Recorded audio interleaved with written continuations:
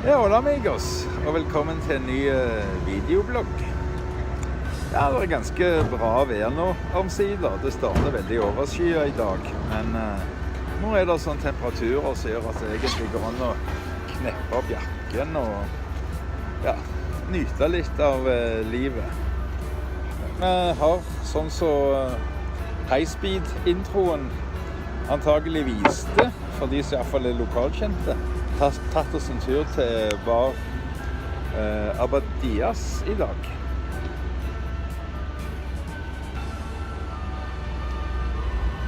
Og her pågår det veiarbeidet, så det er veldig støyende. Så det er ikke så mange som orker sitte og høre på det. Det lager mye støy.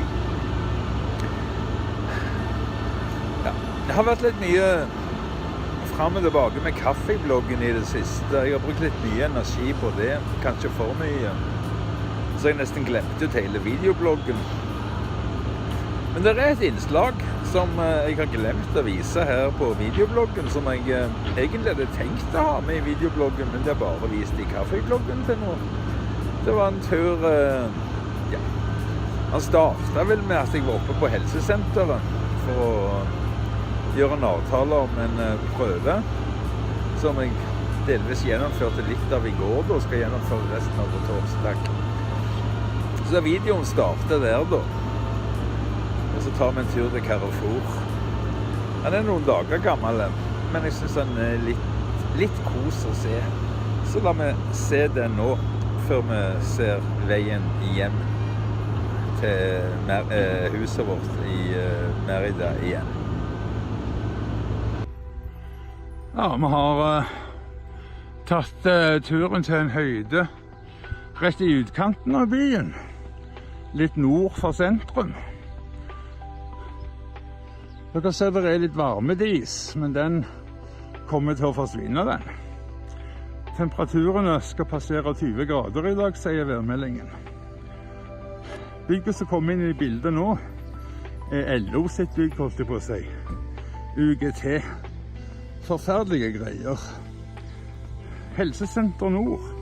Ikke så mye av utseende, men i motsetning til det norske helsevesenet, så er dette fantastisk fungerende. Nei, nå skal vi kjøre til Carrefour og ta en timelapse på veien.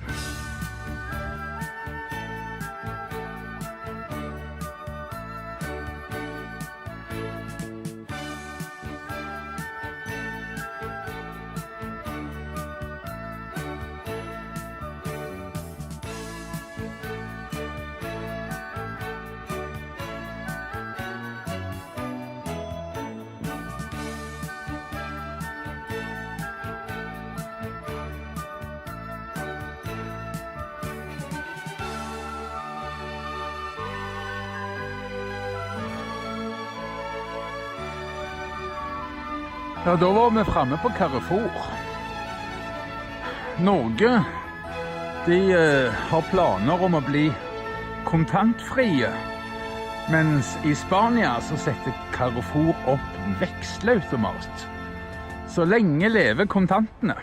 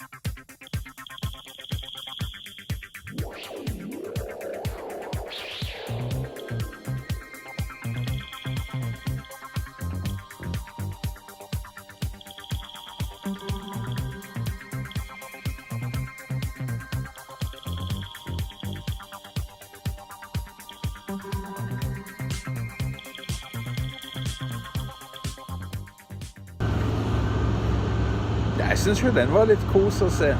Må jo tilstå det. Det gikk jo fort litt der også av og til da.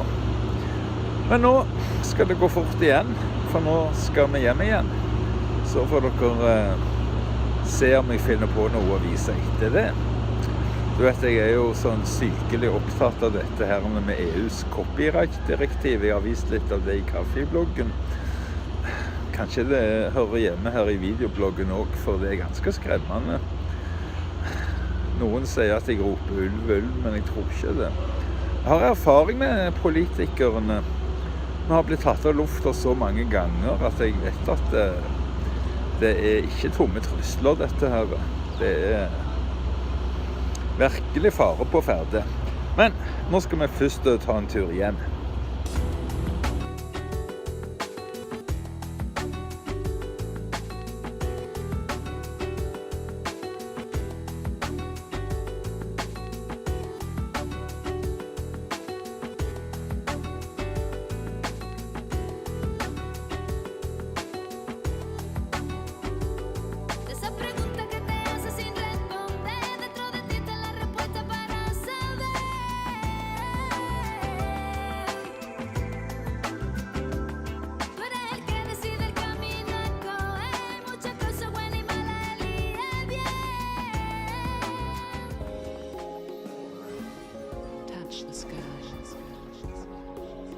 Ja, da var vi hjemme igjen etter en dag så egentlig ikke har vært så verst. Den starter jo med veldig mye tåke. Det skal dere snart få se. Opptakene Endre gjorde i morges, de var veldig tåkefylte. Og deretter så må vi jo nesten ta oss og se litt på dette her med EUs copyright-direktiv. Altså, det er ikke fri fantasi det der han Computing Forever kommer med. Det er ikke fri fantasi. Men vi får håpe at Knut har rett. At det kommer en løsning i 11. time. At de forstår galskapen i det. Men jeg har blitt tatt av lufta flere ganger. Da forstod de ikke galskapen i det. Nei, det er en fin solnedgang. Og nå kommer altså litt ifra tidligere i dag, mens det fremdeles var tåke. Og så altså Computing Forever. Ha en riktig god tirsdag alle sammen.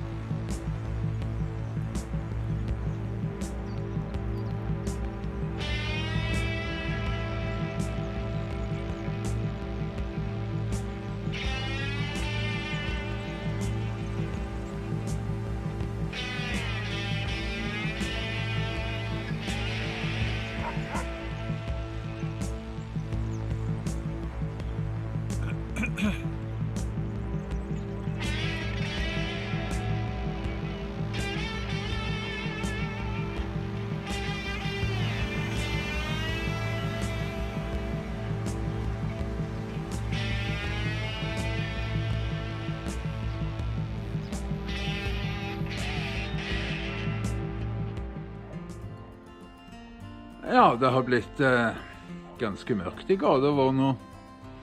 Jeg bare registrerer det at det er i hvert fall minst en person da på felgen som ikke forstår at jeg er en video performance kunst artist.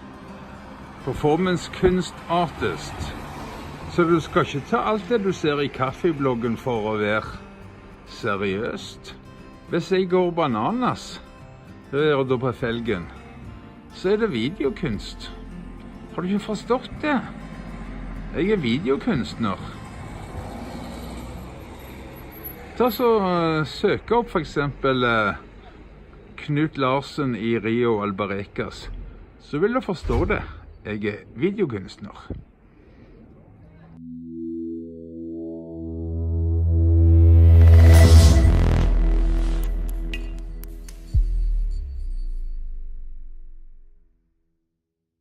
If you want to understand just how much contempt the pompous and arrogant EU bureaucratic elites hold the general population in, look no further than the EU Copyright Directive. We've been talking about this for over a year now, and all of the various parliament votes, discussions and trilogues have demonstrated just how relentless and desperate they are to ensure that this new directive comes to pass. In every conceivable way that matters, it will allow them to heavily censor the internet as we know it, benefiting some greedy corporate intellectual property rights holders and IP lawyers, and also certain authoritarians in government. It will crush free speech and effectively break the web as we know it.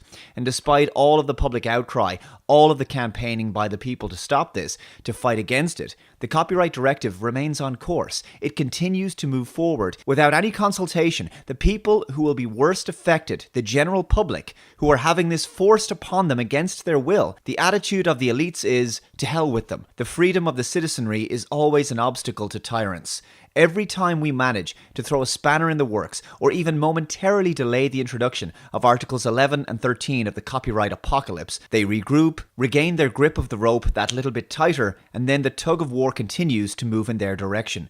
There's an aggression in their methods. Politicians are supposed to serve the will of the people, of course, not their own interests, and certainly not the will of unelected lobbyists. We should not be living in subjugation to the political class. If society at large does not want something, then the discussion should be over. But the EU doesn't tend to take no for an answer, especially when it comes to the views of the public, and we've seen this in numerous referendums that don't go their way. They just keep trying and pushing till they get what they want. The elites truly believe themselves to be superior to us petty commoners, and they will just carry on, stridently defying us at every turn. Anyway, the following is from Electronic Frontier Foundation from earlier this week. The final version of the EU's copyright directive is the worst one yet. Under the final text, any online community, platform or service that has existed for 3 or more years or is making more than 10 million euros per year is responsible for ensuring that no user ever posts anything that infringes copyright, even momentarily.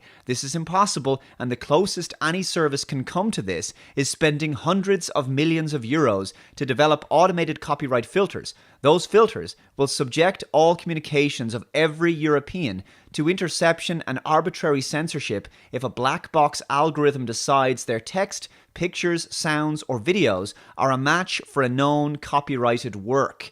They are a gift to fraudsters and criminals, to say nothing of censors, both government and private. Just as a quick aside, not only will governments love this level of power, but I have a feeling that there could be those in the movie and TV industries who will see this as an opportunity to censor any negative audience reviews and criticisms of any woke social justice movies and TV shows they make under the grounds of copyright infringement.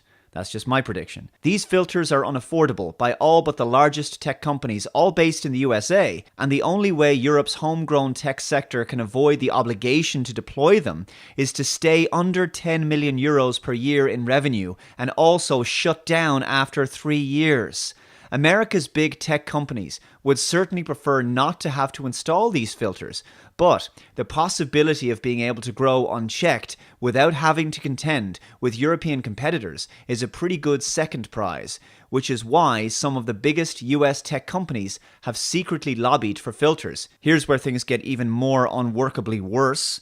Amazingly, the tiny, useless exceptions in Article 13 are too generous for the entertainment industry lobby, and so politicians have given them a gift to ease the pain. Under the final text, Every online community, service, or platform is required to make best efforts to license anything their users might conceivably upload, meaning that they have to buy virtually anything any copyright holder offers to sell them at any price, on pain of being liable for infringement if a user later uploads that work. If I'm honest, this directive is so draconian that it's almost unbelievable. I know a lot of people believe that it's being proposed by people who don't know what they're doing, by some clueless boomers who don't understand how the internet works. And I'm sure that's partially true. Some EU politicians probably think this is actually a good thing and they don't realize the unintended consequences. But given how relentlessly it's being pushed and how destructive it will be to free speech in a time of massive censorship online, I actually think most of them do understand what they're doing. They know exactly what they're doing, and they know this is their opportunity to introduce widespread censorship across the continent and hand the mainstream media a massive monopoly on the passage of information online.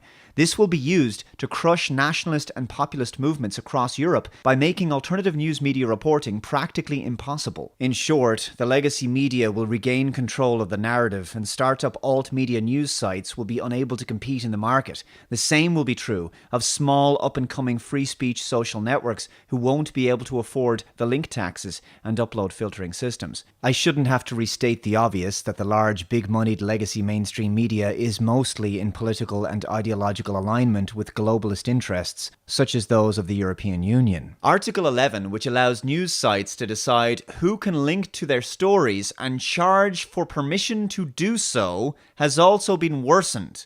The final text clarifies that any link that contains more than single words or very short extracts from a news story must be licensed, with no exceptions for non-commercial users, non-profit projects, or even personal websites with ads or other income sources, no matter how small.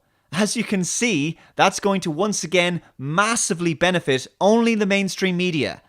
Now that the directive has emerged from the trilogue, it will head to the European Parliament for a vote for the whole body either during the March 25th to 28th session or the April 15th to 18th session, with elections scheduled in May. So it looks like it's now or never to stop the EU copyright directive. 2019 will be the final chance to end it.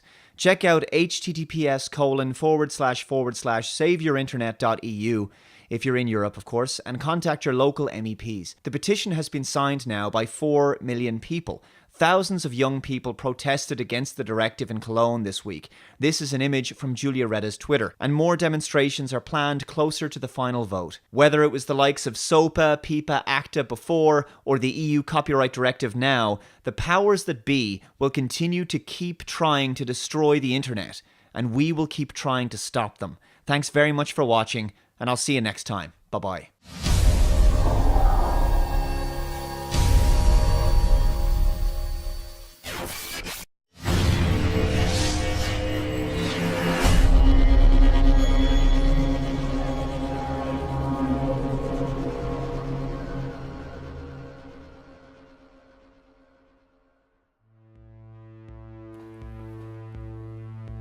Ja, riktig god mandag og velkommen til Kaffebloggen.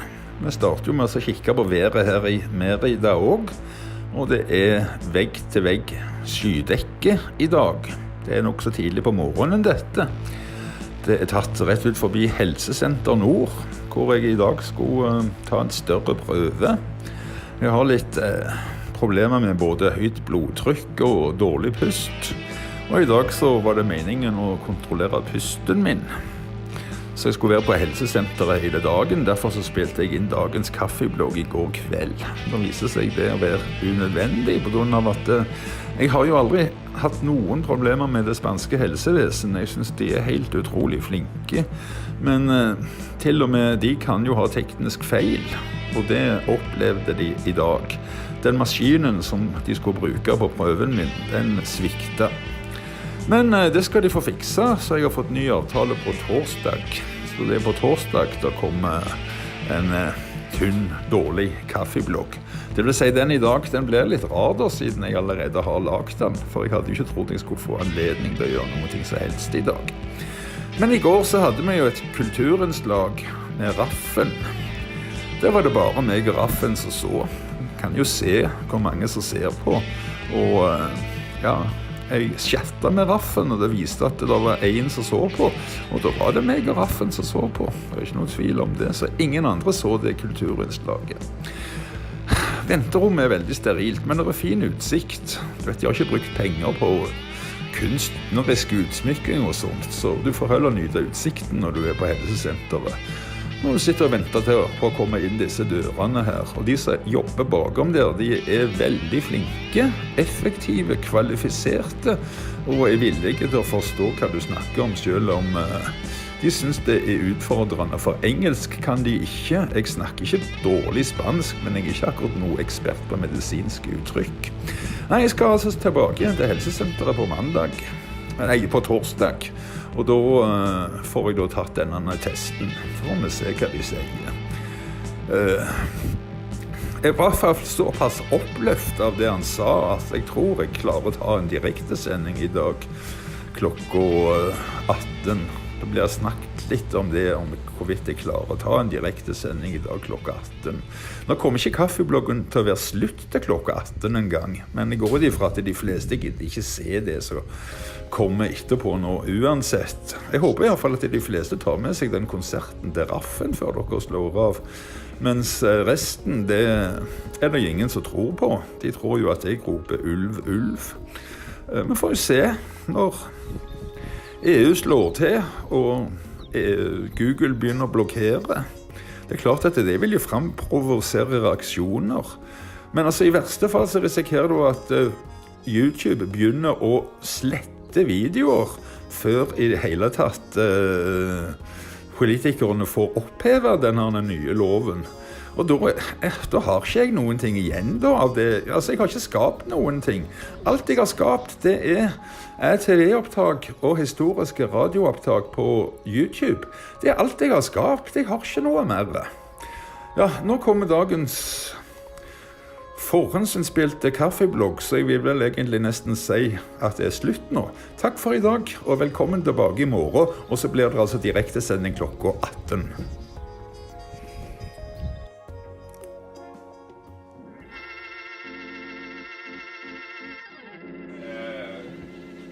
Den nye jazzstandarden. Hva er det? God fornøyelse.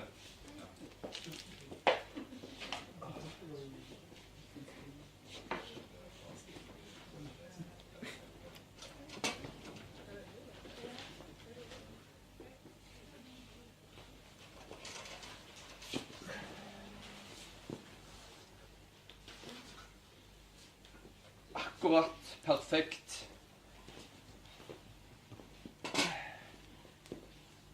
Hvis du bare ønsker noe hardt nok, så blir det til virkelighet.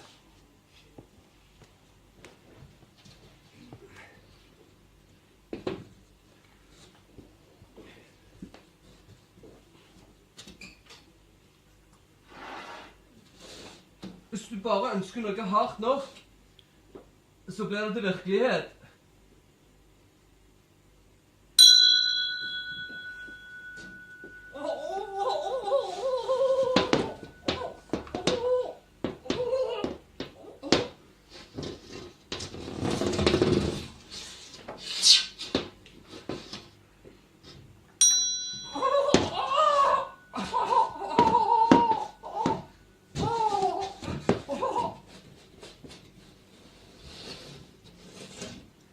Bevis nummer 1.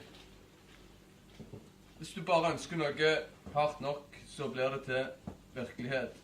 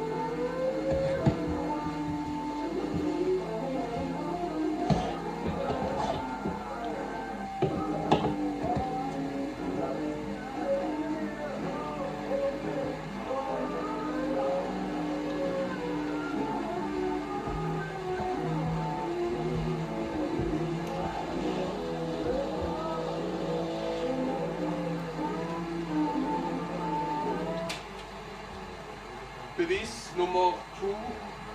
Hvis du virkelig ønsker noe, så blir det til virkelighet.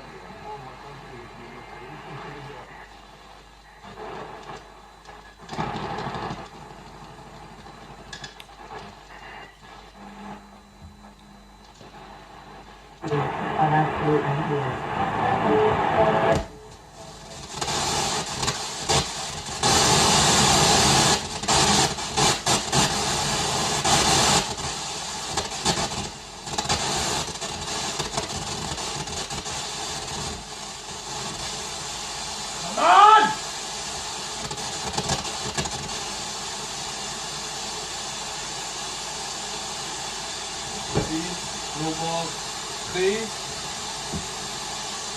For at hvis du virkelig ønsker noe, så blir det til virkelighet. Kom an!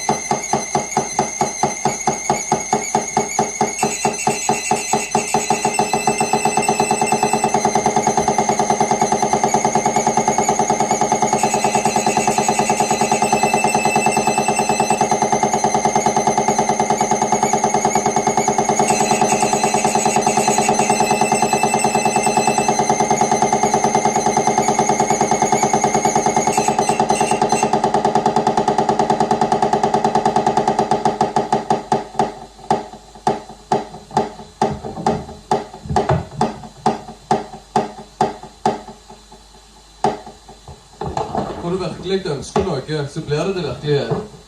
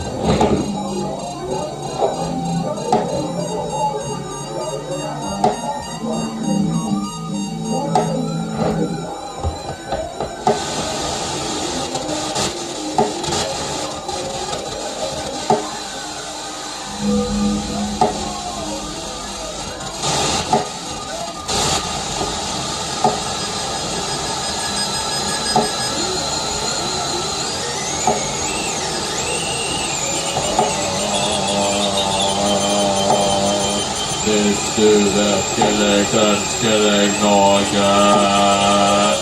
så blir det til virkelighet. Hvis du virkelig ønsker deg noe, så blir det til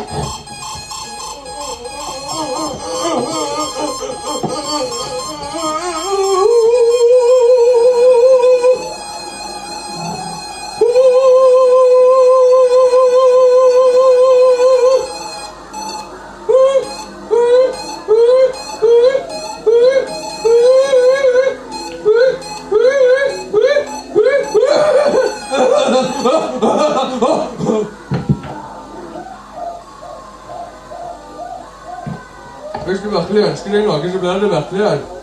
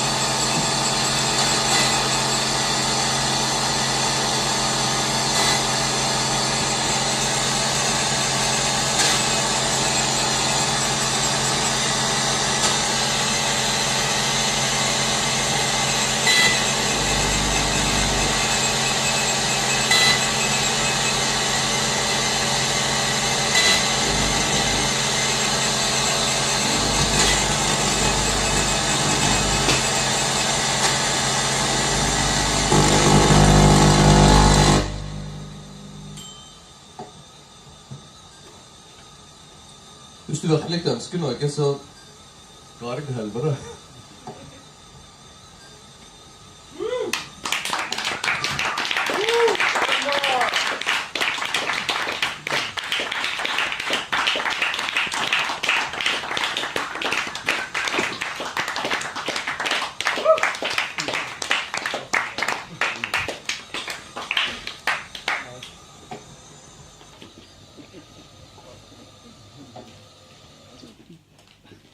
Tusen takk. Veldig bra.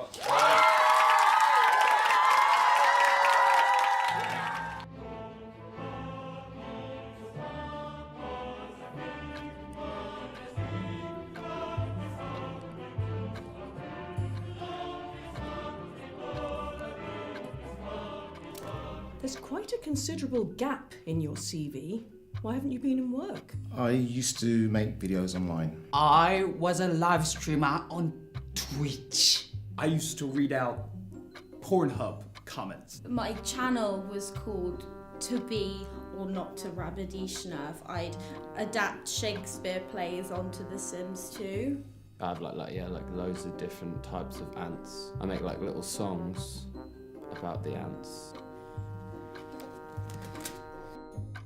It was quite game-changing at the time. I don't think anyone had ever looked into Pornhub comments as a way of storytelling.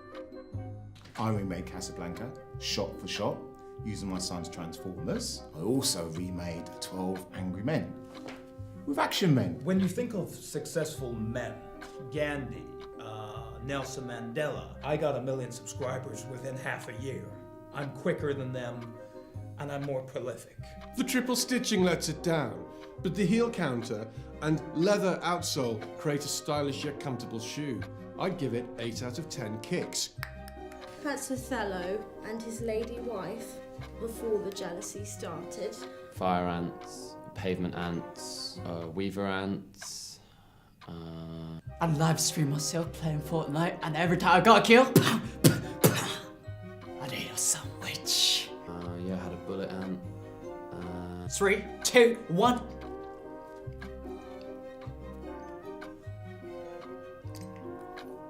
See, you've got to be fast.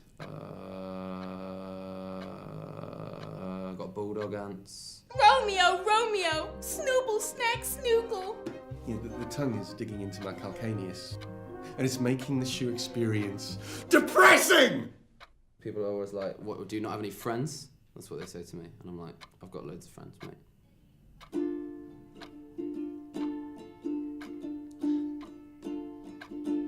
You may laugh at me, but can't you see that I've got millions of friends in a colony, documented by me and a camera lens? You may think it's absurd, but haven't you heard that I've got millions of friends? My footage is never blurred because I spent 2/3 of my money on a lens for a 4K camera. You can't handle the pure amount of friends that I've got around. Think I'm a liar, but there ain't no fire in my pants. I've got 1 million friends and all of them are ants.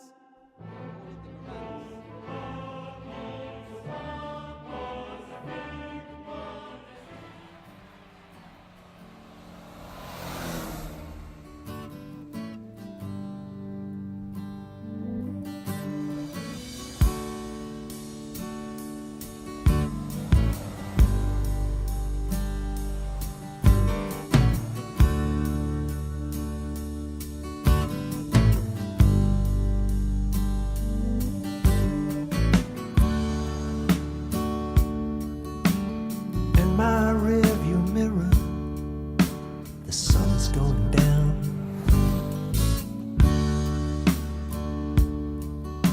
Sinking behind bridges in the road.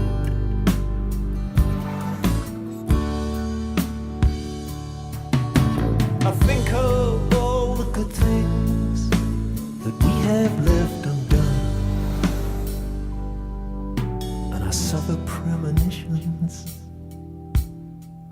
confirm suspicions of the Holocaust to come.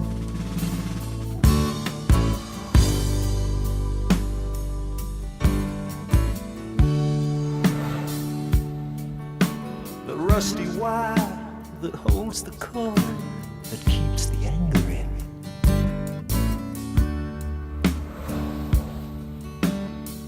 Gives way, and suddenly it's day again.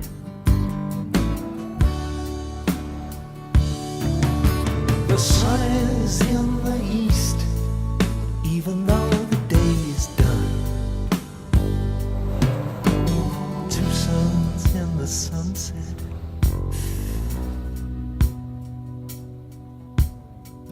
Could be the human race is right.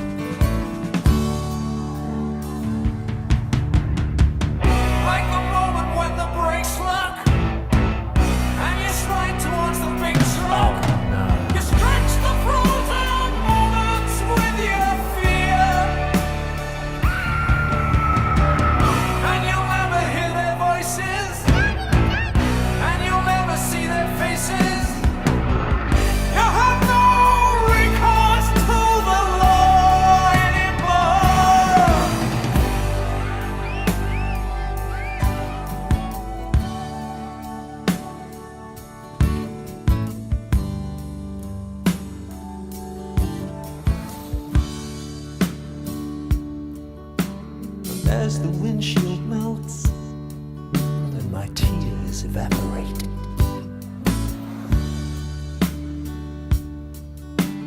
leaving only charcoal to defend.